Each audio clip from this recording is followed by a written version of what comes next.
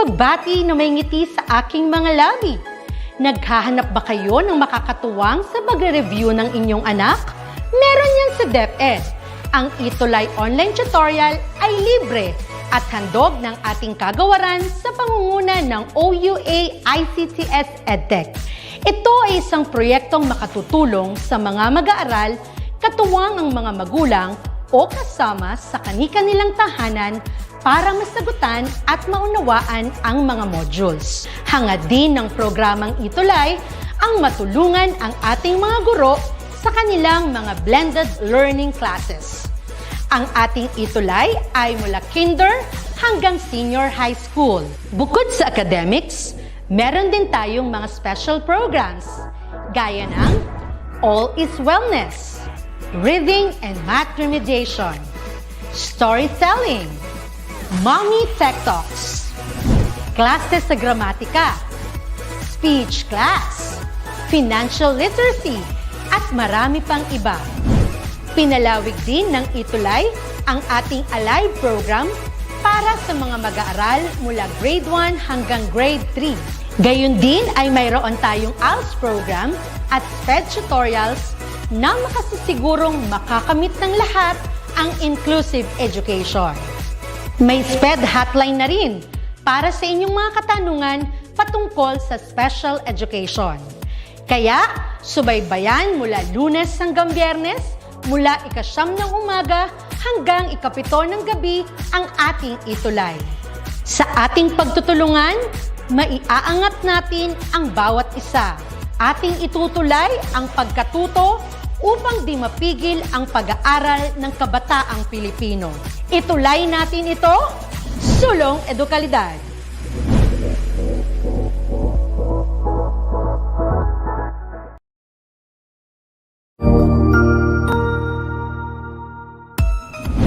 Mabuhay! Good day to all! I am your tutor Madge. Welcome to ETUlay, a free online tutorial, an initiative of the Department of Education, Information and Communications Technology Service, Educational Technology Unit, ICTS EdTech. This program is aimed at helping and assisting learners from kindergarten, senior high school, ALS, Alive, and SPED learners. Aside from answering the modules, the ETUlay is offering programs which you will surely look forward to. Together with our parents and teachers, the ETUlay will bridge the gaps where difficulty and ease meet in learning new knowledge and skills. So, let us prepare our modules, pen and paper. Ready your mind to see and hear worthwhile and interesting lessons. Let us now study and learn, together with our volunteer online tutors. Tara na!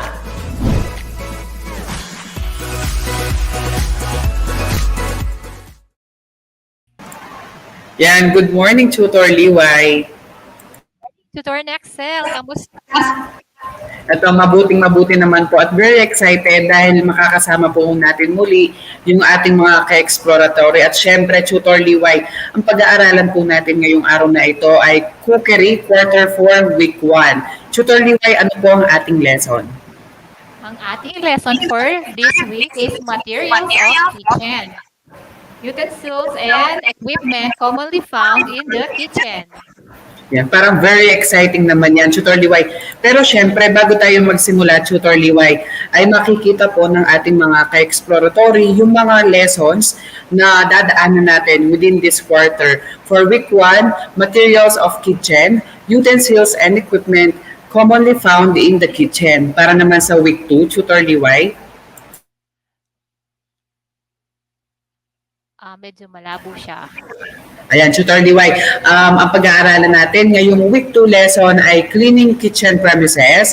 Para naman sa ating week 3 lesson, performing mensuration and calculations.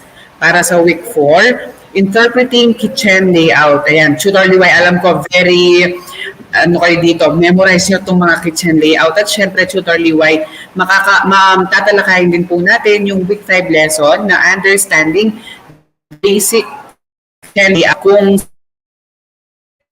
mas iintindihan naman po natin siya sa week 5. At syempre sa week 6 naman, let's interpret the plans and drawings. And for week 7, occupational safety and health, and that includes personal protective equipment, yung gamit niya, yung importance, at syempre, Tutor Liway, may makakasama po tayong demonstration teacher na may ipapakita kung ano ang kahalagahan ng PPE. At sa week 8 naman, ay syempre, ito ang showcase and recognition at ating kikilalanin yung mga learners natin, Tutor Liway, na very active, kasama yung ating mga teachers na very supportive at ang ating mga participative schools.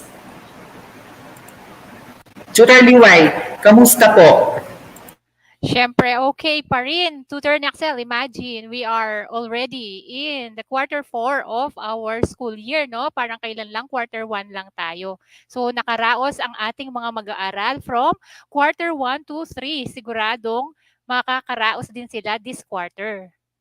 Ayan, Tutor Liway, speaking of how are you, kamustahin naman po natin ang ating mga ka-exploratory. Ayan, Tutor Liway, nakikita ko nakasama natin si Enrico Dalupan na nanonood sa ating YouTube channel. Sino pa ang ating mga kasama, Tutor Liway?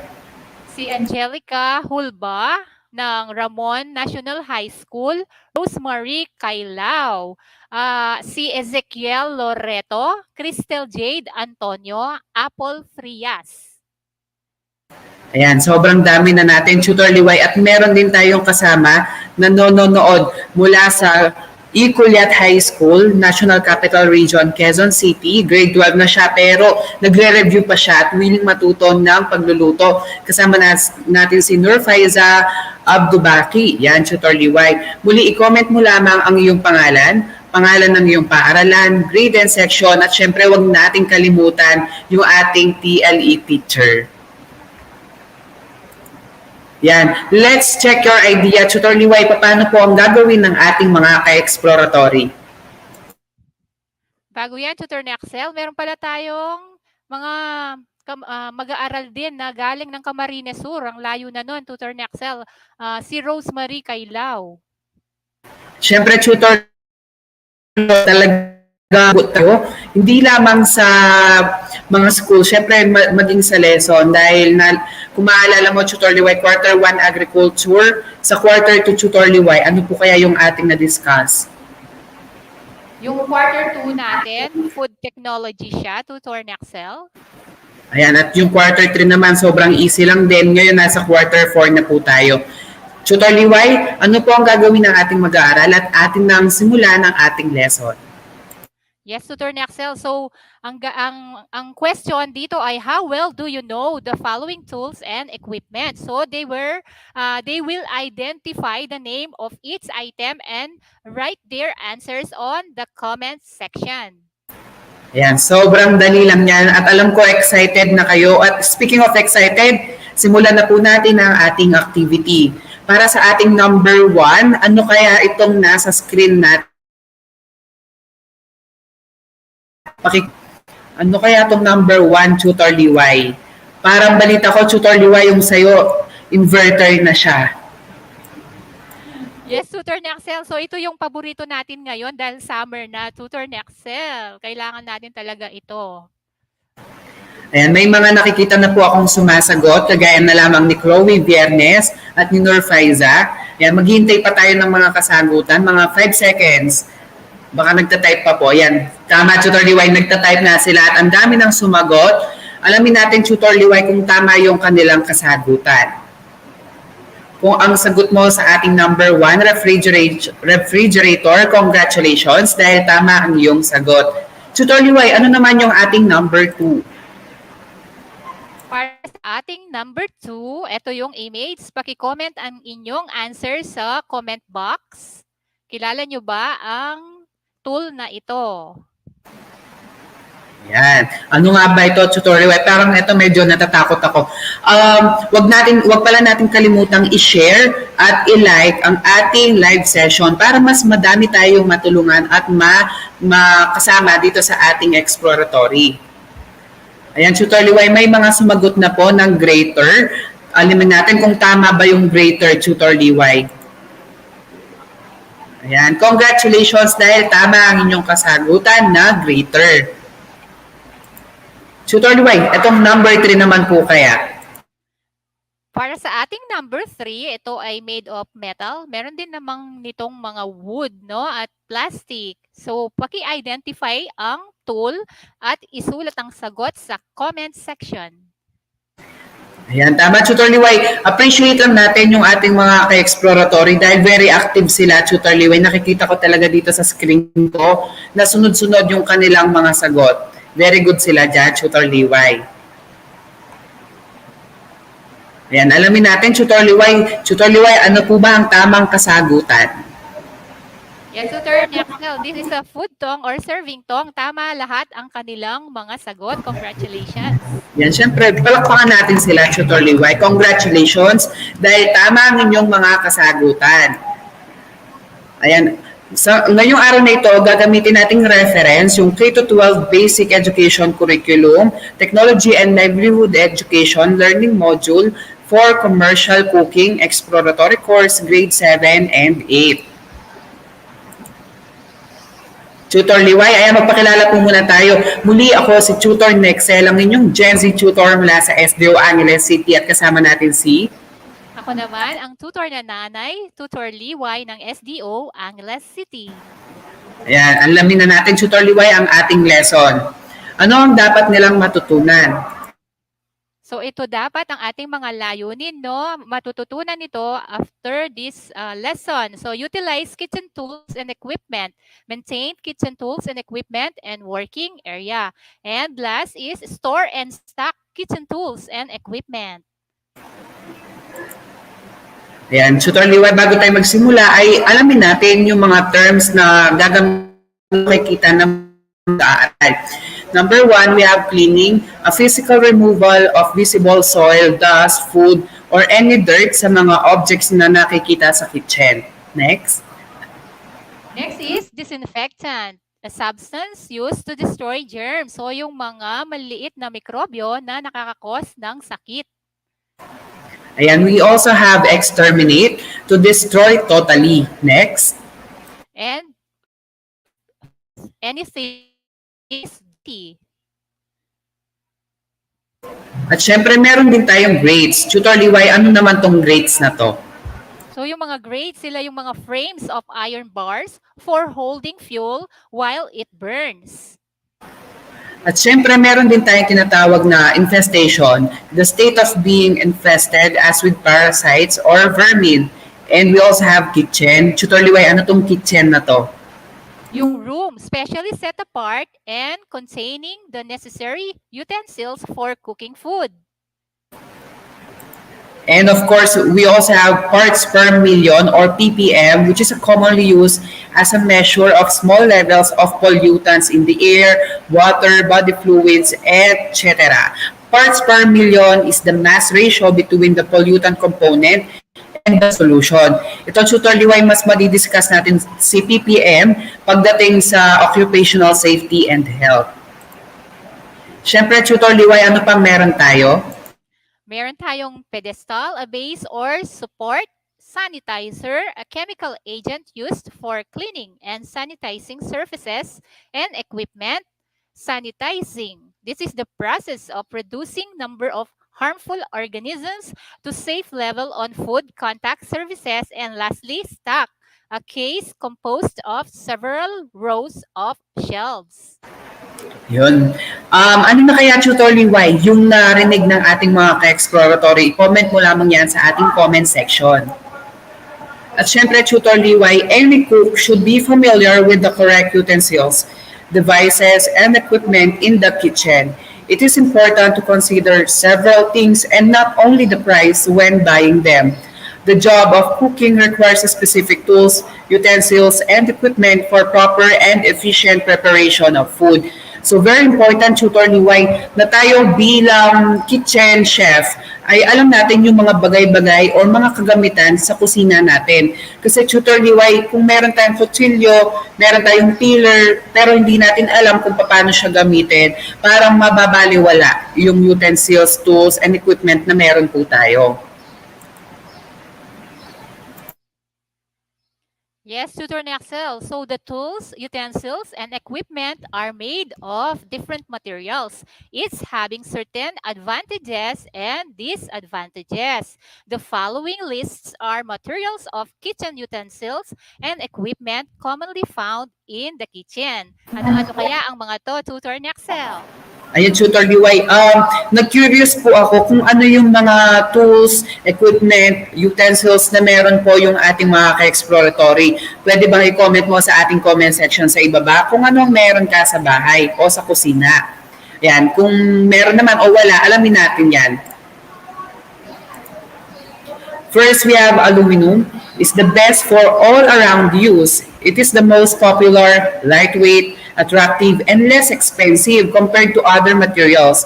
It requires care to keep it shiny and clean. Much more, it gives an even heat distribution no matter what heat temperature you have. Next. Ang next natin ay stainless steel. This is the most popular material used for tools and equipment, but is more expensive. It is easier to clean and shine and will not wear out as compared with aluminum. Choose those with copper, aluminum, or laminated steel bottoms to spread heat and keep the pot from getting heat dark spot. Yan, Tutor Liway. Alam ko, madami tayong ganito sa bahay. At syempre, ito talagang meron tayo. Hindi natin ito madi-deny. We have glass, which is good for baking but not practical on top or surface cooking. Great care is needed to make sure for long shelf life. Ito talaga yung may handle with care, Tutor Liway.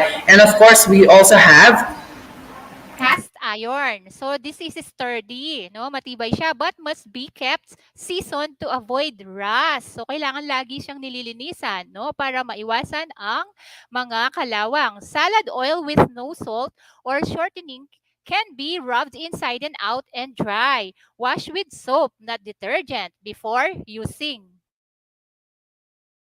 Siyempre, kung meron tayong mga babasagin na glass, meron din tayong ceramic and heat-proof glass, which is used especially for baking dishes, casseroles, and measuring cups. Glass and ceramic conduct the heat slowly and evenly.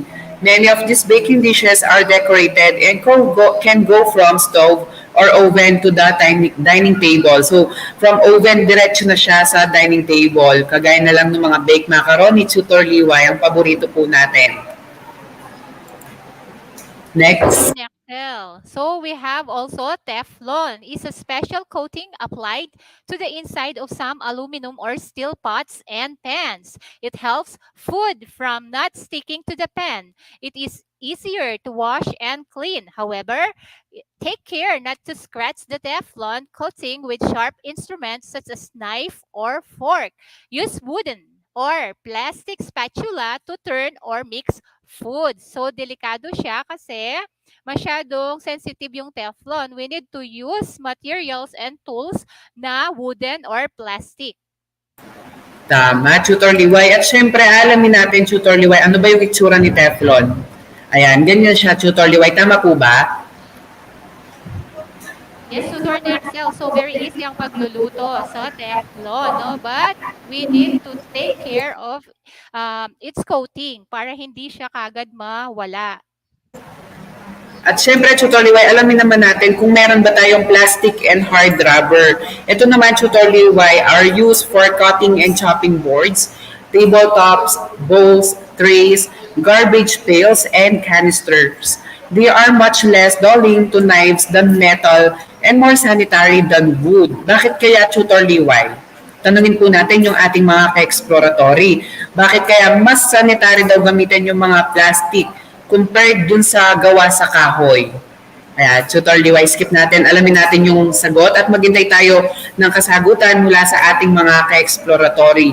Bakit mas sanitary daw gamitin yung mga gawa sa plastic compared dun sa gawa sa wood? Bakit kaya?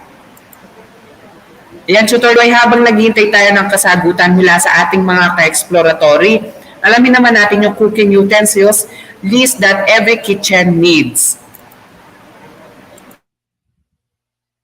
Ang una, Tutor Excel, ay baster. It is handy for returning some of the meat or poultry juices from the pan back to the food. Basting brushes can be used for the same purpose, but they are also convenient for buttering the tops of breads and baked goods after they come out of the oven. Ayan, yung baster po natin dito sa Pilipinas Tutor Liway, meron tayo yan yung nakikita nila sa kanilang screen. Meron din tayong yung parang brush. So, siya yung taga-tanggal or taga-spread ng oil or butter na ginagamit po natin sa pagluluto. Next, we have cutting board, a wooden or plastic board where meats and vegetables can be cut. Next. Next, yung graters. So these are used to shake flour, salt, and pepper on meat, poultry, and fish. Tapos meron din tayong emery boards o sharpening steel used to sharpen long knives. Ito siya, Tutor Liway, yung katabi ng kutsilyo. Next. Next is a flipper, no? Flipper, used for turning hamburgers and other food items. Na-curious ako, Tutor Liway, ano kaya sa local term or dialect nila yung flipper? Sa atin, Tutor Liway, ano po yung tawag po natin dito? Ang alam ko, Tutor Naxel, yan yung shanse, pero meron pang isa dyan yung wala siyang butas. Pero I think shanse ang tawag natin dyan sa Kapampangan. Ayan. Alamin naman natin, Tutor Liway, kung anong tawag nila mula sa Ramon National High School, mula sa LFG Diamantina National High School. Ano kaya yung term na ginagamit nila, Tutor Liway? Ayan, may sumagot. Sabi ni Antoinette, siyanse po ang kanilang term na ginagamit. Ito naman, Tutor Liway, meron din tayong funnel, which is used to fill jars made of various sizes of stainless steel, aluminum, or of plastic. Ito, Tutor Liway, ano kaya ang term natin sa Tagalog or sa Kapampangan? Yes, Tutor Naxel, alamin natin sa kanila kung ano yung term nila dito sa kanilang mga local dialect, no? Sa Camarines Sur, ano ba yung tawag dito? Sa Kapampangan kasi, ang tawag namin dito ay imbudo. Sa inyo kaya, ay, tama. Parehas lang pala, embudo din. Ang sagot ni Antoinette Hernandez. Yeah, very active si Antoinette Hernandez. Good job. And siyempre, hindi mawawala yung garlic press. It's a kitchen tool which is specifically designed for the purpose of pulping garlic for cooking. Siyempre, Tutor Liway, sobrang dali na lang na i-press yung garlic kasi i-close mo lang siya na ganon. Sa mga susunod na week, makikita nyo yung actual tool na ipapakita namin ni Tutor Liway. Next. Next is graters. So these are used to grate, shred, slice, and separate foods such as carrots, cabbage, and cheese. Tutor Liway, i-shoutout lang natin si Ma'am Jesusa Jimenez, ang ating very supportive and active TLE teacher mula sa Ramon National High School. Ayan, maraming salamat po, Ma'am Jesusa Jimenez. Kasama niya yung mga mag-aaral niya, Tutor Liway. Talagang nakatutok po sila mula day 1. Siyempre, hindi din mawawala yung very important na tools natin, Tutor Liway. Meron tayong tinatawag na kitchen knives, which are often referred to as cooks or chef's tool. Knives are a must for all types of kitchen tasks, from peeling an onion and slicing carrots to carving a roast or turkey. Next. Next are measuring cups, spoons, measuring tools. So these are the most important items found in any kitchen, since consistently good cooking depends upon accurate measurement. Ayan, tama, Tutor Liway. Tanungin natin yung ating mga ka-exploratory. Bakit kaya mahalaga na gumamit tayo ng measuring cups, measuring spoon sa pagsukat sa mga ingredients po natin? I-comment mo lamang sa ating comment section sa ibaba ang iyong kasagutan. Potato masher, used for mashing cooked potatoes, turnips, carrots, or other soft-cooked vegetables. Kasi, Tutor Liway, kung mano-mano mong imamash, or parang tutunawin mo yung potato. Sobrang hirap niya, Tutor Liway, na-experience ko na siya nung sa hotel kami, nawala yung potato masher namin at sobrang hirap kung paano gawing mashed potato. So, kailangan soft talaga siya, walang buo-buo. And next. Next is rotary egg beater. This is used for beating small amount of eggs or butter. The beaters should be made out of stainless steel and gear driven for ease in rotating. Tutor Liway, parang may nakita po akong sumagot dun sa ating katanungan bakit mahalaga na gumamit tayo ng measuring cup at measuring spoon. Yes, Tutor Naxel, si Rachel Ann Sguera, sabi niya, para po hindi kulang or labis ang dapat na ilagay sa niluluto. Tama. At sumagot din si Antoinette, pati si Christopher, Andrew Respicio, isa din to sa very active learner natin, Tutor Liway. Ang sagot nila para sakto po sa lasa and for accurate measurements of ingredients. Tama. At syempre, hindi mawawala yung scraper natin, a rubber or silicone tools to blend or the food, metal, silicone, or plastic. Ito naman, Tutor Liway, ito yung number 3 natin kanina. Ano naman po to? Siyempre, hindi mawawala ang serving tongs. This enable you to more easily grab and transfer larger of food items, poultry or meat portions to a serving platter, to a hot skillet or deep fryer, or to a plate. Next, we have soup ladle, which is used for serving soup or stews, but can also be used for gravy, dessert sauces, or other foods. A soup ladle also works well to remove or skim off fat from soups and stews. Ito naman yung pwede natin pang-alis, Tutor Liway, kapag nagpakulo tayo ng karne, mga buto-buto, kung mapapansin nila, Tutor Liway, may mga white bubbles na makikita doon. So, dapat inaalis yon gamit si soup ladle. Tutor Liway, sana may mga na-check or may nalilist down yung ating mga ka-exploratory kung alin sa mga tools, equipment, and materials yung meron sila sa bahay para mamaya maisama nila sa ating activity. And next. Yes, Tutor Naxel. So, ang next ay vegetable peeler. This is used to scrape vegetables such as carrots and potatoes and to peel fruits. The best ones are made of stainless steel and with sharp double blade that swivels.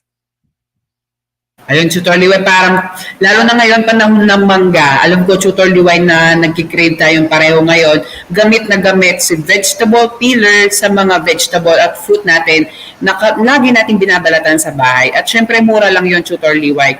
Bago tayo magsimula ulit dun sa ating mga complicated tools, i-acknowledge natin, Tutor Liway, yung mga mag-aaral natin mula sa San Mariano National High School, kagaya na lamang ni Jasmine M. Batad. Yan, Tutor Liway, we have more complicated tools which are called equipment. They may refer to a small electrical appliance such as a mixer or a large, expensive power-operated appliance such as the range, a refrigerator, yun, Tutor Liway. Equipment like range, ovens, refrigerators, be it conventional, convection, and microwave are mandatory pieces in the kitchen or Siyempre, Tutor Liway, unang-una sa listahan natin yung refrigerators or freezers. Ano naman po ito? Yes, Tutor Naxel. So, yung refrigerators or freezers are necessary in preventing bacterial infections from foods. Most refrigerators have special compartment for meat, fruits, and vegetables to keep the moisture content of each type of food.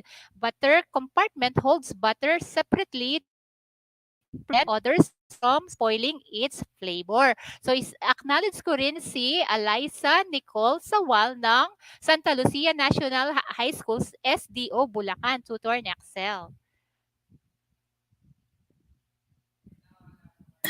Ayan, Tutor Liway, meron din tayong auxiliary equipment na tinatawag like griddles, tilting skillets, broilers or grills, steamers, coffee makers, deep fat fryers, wok, cutting equipment like the meat slicer, food choppers or grinders, mixers and bowls, pots and pans, are also utilized most commonly in the big food establishments, some with specialized uses and some are optional.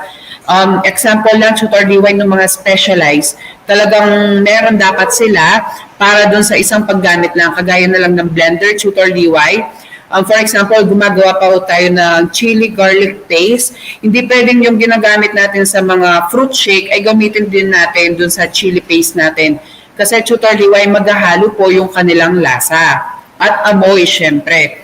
Tutor DY, meron din tayong microwave ovens. Hindi naman ito mawawala.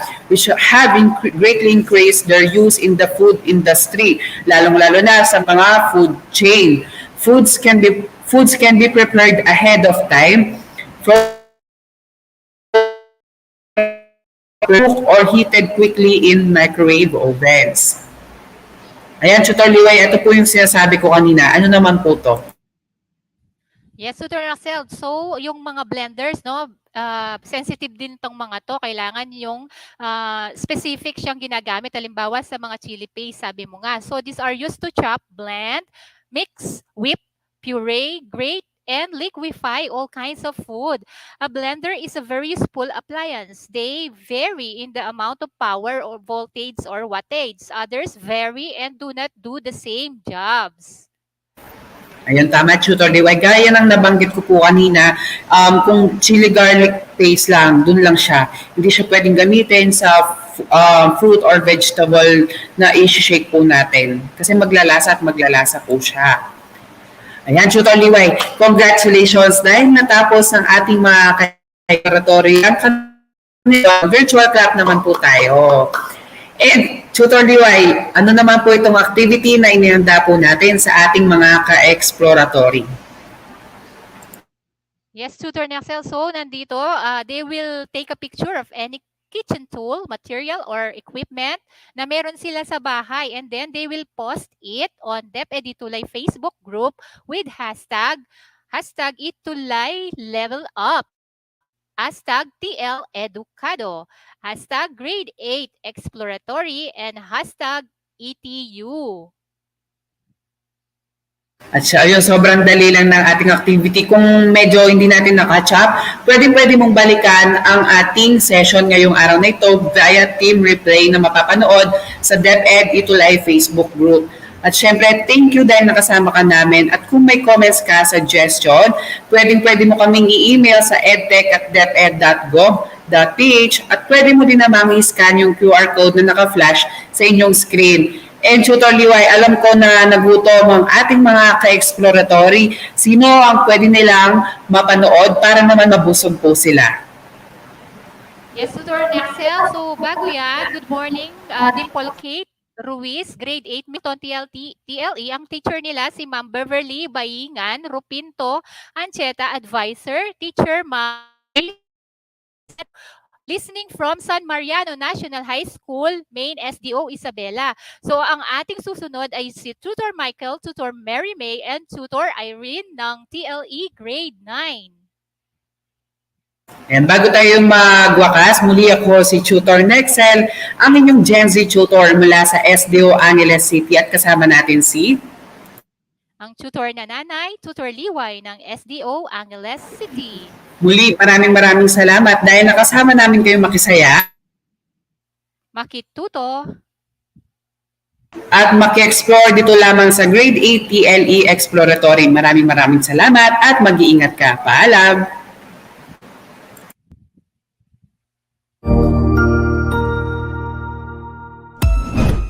Ang husay naman!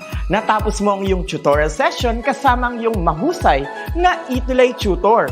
May bago ka bang natutuhan? I-share na yan gamit ang hashtag ETUlay level up. Huwag aalis ha dahil may susunod pang programa na pwede mo ring panoorin at salihan dahil naghihintay na ang iyong mga tutors. Happy learning dito sa ETUlay!